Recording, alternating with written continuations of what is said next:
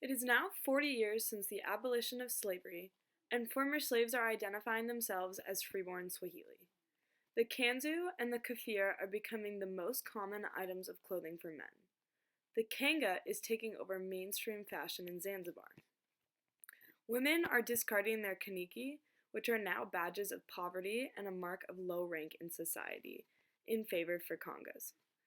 The kanga was a mark of one's identity as a free woman, but they also must keep up with the frequently changing styles of kanga. One historian remarked that they are now slaves of fashion because they were constantly getting new kangas with new patterns coming into stores, and women needed the newest fashion to keep up their status as high-class women. The kanga was a visual marker of who was the haves and who was the have-nots. It epitomized style and status. The kanga is now an indication of the need to be presentable in public.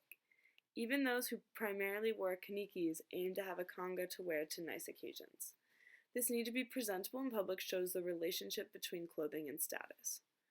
A quote that exemplifies the infatuation with outward appearance is captured here. Kanga, kanga, kanga, she must be a vain, pretentious woman from Zanzibar. This was a trait of Zanzibar women, and they were seen as self-obsessed for their need to keep up with the fashion. This may have been limited to Zanzibar because of the greater need to impress the smaller population of the island, status quo that had been developed since slavery, or adequate marketing of the kanga. The kanga was a full coverage dress.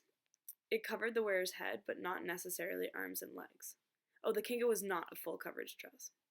As religion became more prevalent, the bubu became more popular. It was first worn by the Omani elite and once again was a way to identify a woman of quality. The bubi was a form of veil composed of a long piece of dark silk or cotton cloth sewn into a circle and then tied around the head with a string. It covered you completely rather than just your head like the kanga, indicating respect for yourself, your parents, and Islam. Veiling then spread to the urban working poor woman. This was significant because it was an act of proclaiming their equality before God, unlike any dress hats before. This blurred the strict division of class because it was harder to distinguish wealth. Men and women could hide ripped clothes under veils, which leveled the playing field. Women now had more anonymity and freedom to do as they pleased because they could travel without being recognized. The significance of this transition is the tie between clothing and identity was now primarily religion and not status. This points to the island's greater common values are associated with Islam and community solidarity. This will change again as we head into the 1960s and 70s.